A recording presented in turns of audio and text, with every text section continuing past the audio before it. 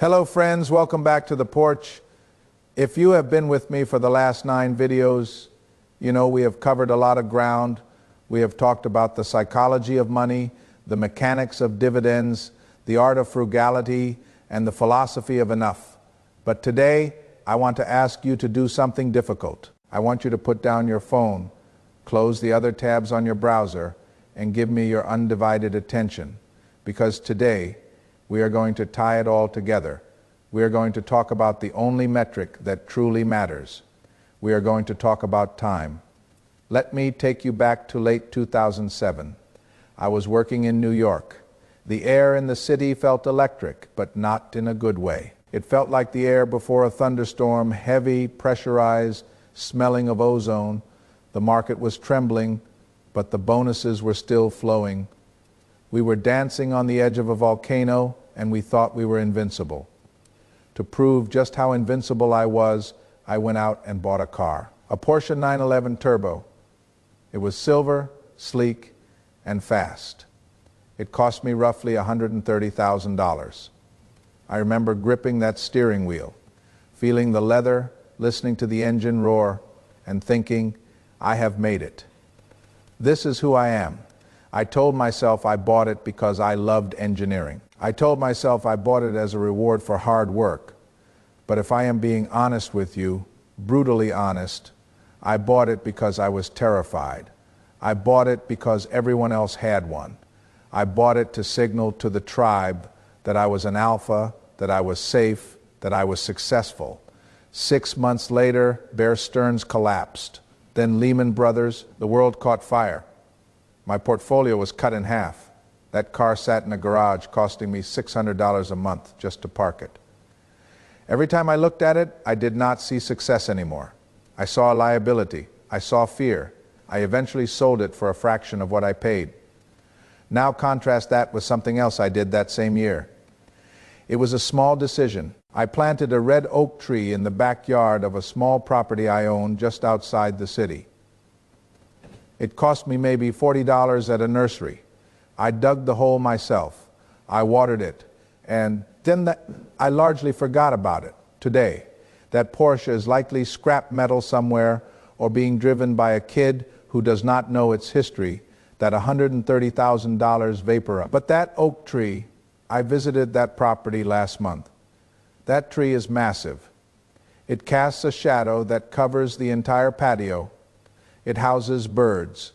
It has withstood blizzards, hurricanes, and droughts. It just grew slowly, silently. Without ego, this is the fundamental conflict of our lives. The Porsche versus the oak tree, the now versus the decade. Most of the pain you feel in your financial life comes from what I call the myopia of now. We live in a world designed to keep you in a state of hyper-short-termism. The breaking news banners, the red and green flashing numbers on your trading app, the 15-second viral videos, the quarterly earnings reports. It is all noise. It is all designed to spike your dopamine, to make you feel like you are missing out, to make you act immediately. But wealth, true, deep, generational wealth, does not operate in seconds. It operates in decades. This brings us to the core concept of this finale, the single most powerful tool I can give you. It is a filter I call the 10-year test. It is very simple, yet devastatingly difficult to practice. Before you make any decision, whether it is buying a watch, accepting a job offer, marrying a partner, or reacting to a market crash, you must pause and ask yourself one question. Will this matter in 10 years? And more importantly, will the version of me in 10 years thank me for this or resent me for this? When I bought that car, if I had applied the 10-year test, the answer would have been obvious. In 10 years, the car would be a rusting, depreciating asset. But if I had taken that $130,000 and put it into a boring S&P 500 index fund, even right before the 2008 crash, do you know what it would be worth today? It would be worth nearly $500,000. That is the cost of the now. You see, the ancient Stoic philosopher Seneca once said, life is long enough. and a sufficiently generous amount has been given to us for the highest achievements if it were all well invested. We complain that life is short, but we act as if it is infinite. We waste time on things that have a half-life of 5 minutes. We engage in Twitter arguments. We stress over market dips that will look like flat lines on a 20-year chart. We buy clothes to impress people we do not like. The philosophy of slow fortune is about reclaiming your timeline. It is about understanding that speed is often just a mask for insecurity. In the military, they have a saying, slow is smooth and smooth is fast. When you rush to clear a room, you stumble. You miss threats, you get hurt. When you move slowly, methodically, and smoothly, you actually accomplish the mission faster because you do not make mistakes that force you to start over. Think about your own financial journey. How many times have you tried to get rich quick? Maybe you chased a crypto pump. Maybe you tried day trading. Maybe you switched careers 3 times in 2 years chasing a slightly higher salary. How much friction did that create? How much transaction ambiguity? How much stress? And where are you now? Usually you are back at the starting line. If you had simply bought quality assets, spent less than you earned, and sat on your hands for those same 5 years, you would be miles ahead. That is the paradox. By trying to go fast, you went slow. By trying to skip the line, you got sent to the back of it. So as we move into the deeper mechanics of this system, I want you to adopt a new identity. I want you to stop thinking of yourself as a consumer. Stop thinking of yourself even as an investor. I want you to think of yourself as a curator of your own future. You are building a museum that you will walk through in 20 years. Every dollar you spend, every hour you waste, is an artifact you are placing in that museum.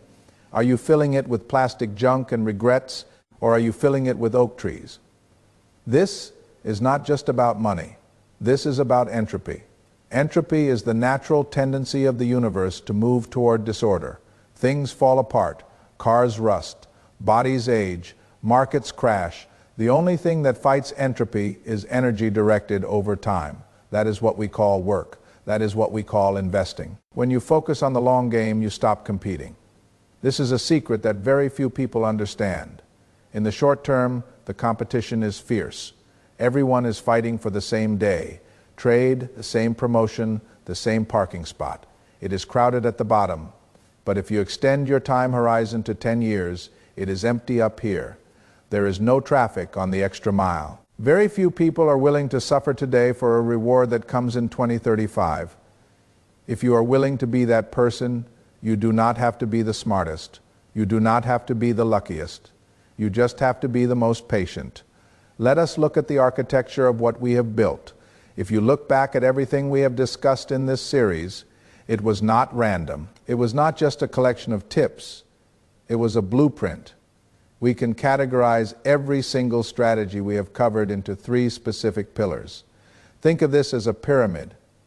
If you remove one layer, the whole thing collapses. The base of the pyramid, the foundation that holds everything else up, is pillar 1, the mindset. This takes us back to our discussions on Stoicism and the psychology of money. You cannot build a skyscraper on quicksand if you do not have control over your own emotions. No amount of technical knowledge will save you. You can give a lottery winner $100 million, and if they lack this foundation, they will be broke in 3 years. We have seen it happen time and the mindset pillar is about realizing that wealth is not a number in a bank account. It is a behavior. It is the ability to say no when everyone else is saying yes. It is the ability to decouple your self-worth from your net worth. Remember when we talked about enough? That is the concrete of this foundation. If you cannot define what enough looks like, you will run the race forever, and you must master the internal game before you can master the external game. Once the foundation is set, we move to pillar 2, the defense. This is where most people get bored, and it is where most people fail. This includes our sessions on frugality and debt management. In the modern world, you are under constant attack. Marketers, banks, and social pressure are attacking your wallet every single hour of every single day.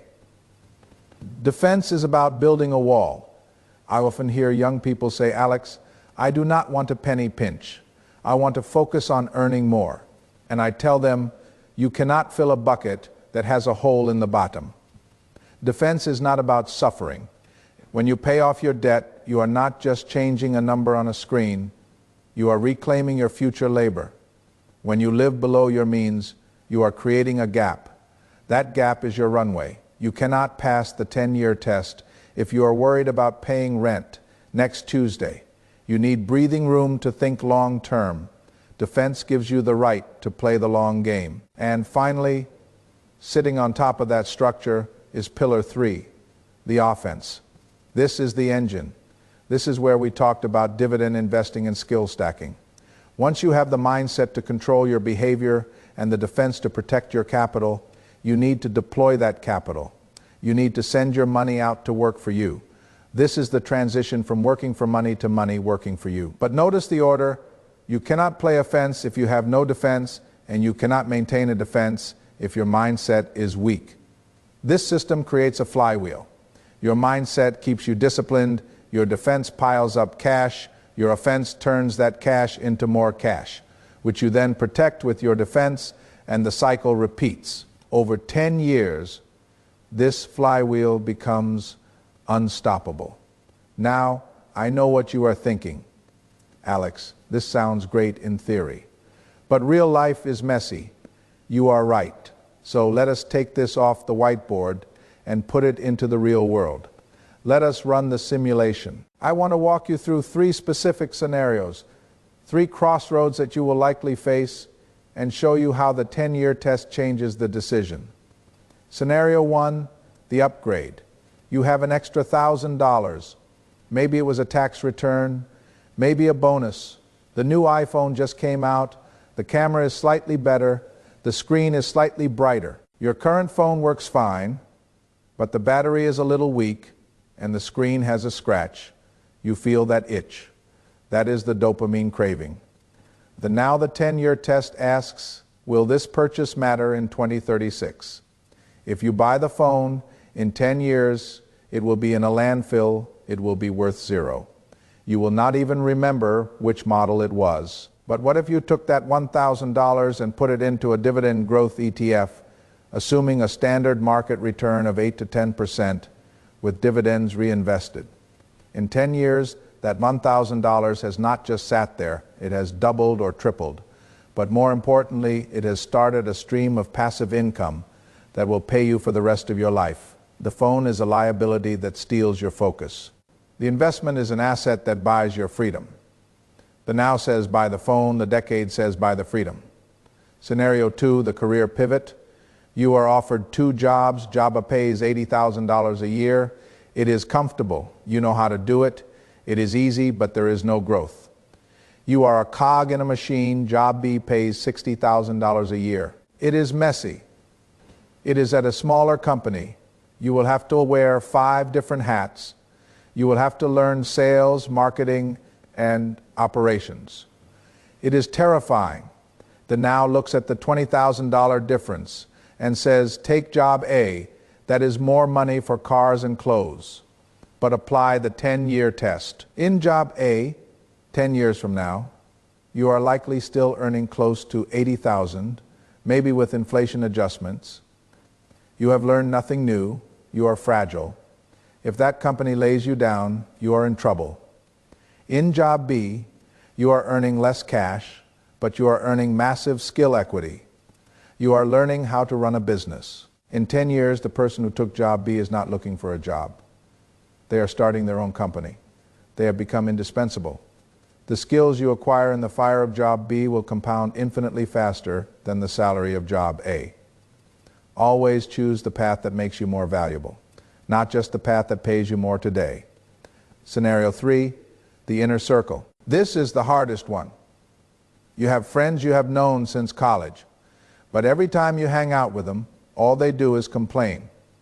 They complain about their bosses, the economy, the government, they drink too much, they spend money they do not have.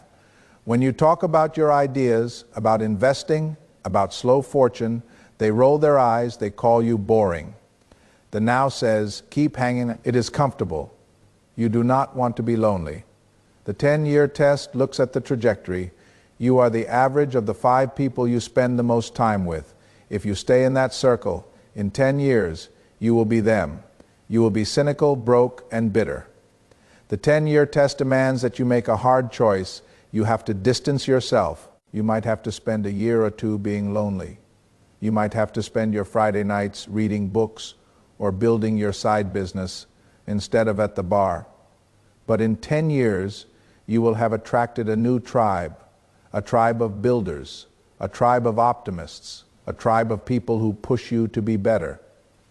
Wealth is what you do not see.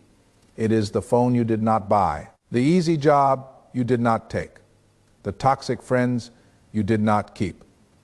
It is the invisible discipline that shapes the visible result. We are almost at the end. I have one final thing to ask of you, a vow. There is a philosopher I admire greatly.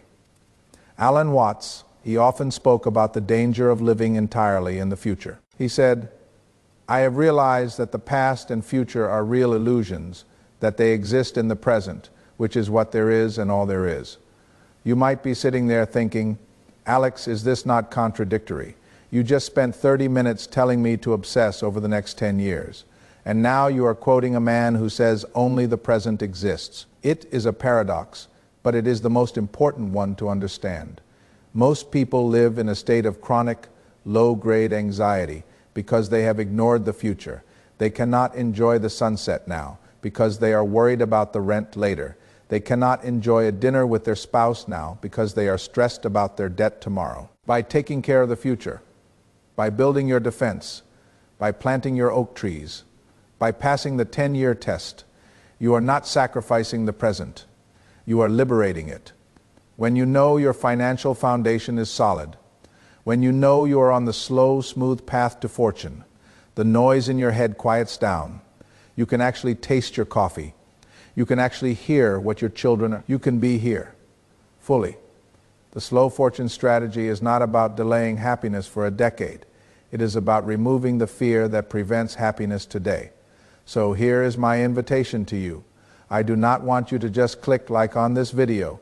That is a dopamine hit. That is the now. I want you to do something that lasts. I want you to take a physical piece of paper and a pen, not your phone, a pen and paper, and I want you to write a letter to yourself dated exactly 10 years from today. I want you to describe your life, not just the numbers in your bank account, but how you spend your days. Who are you with? What skills have you mastered? How do you feel when you wake up in the morning?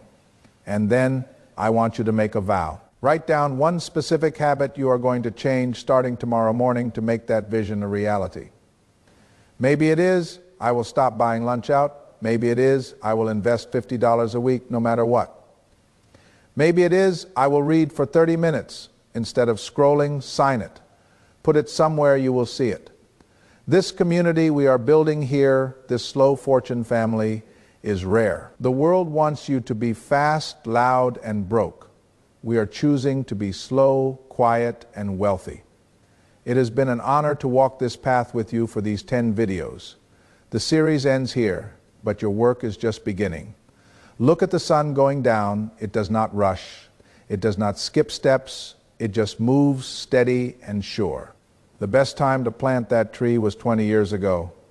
The second best time is right now. Slow is smooth. Smooth is fast. I will see you down the road. Grant out.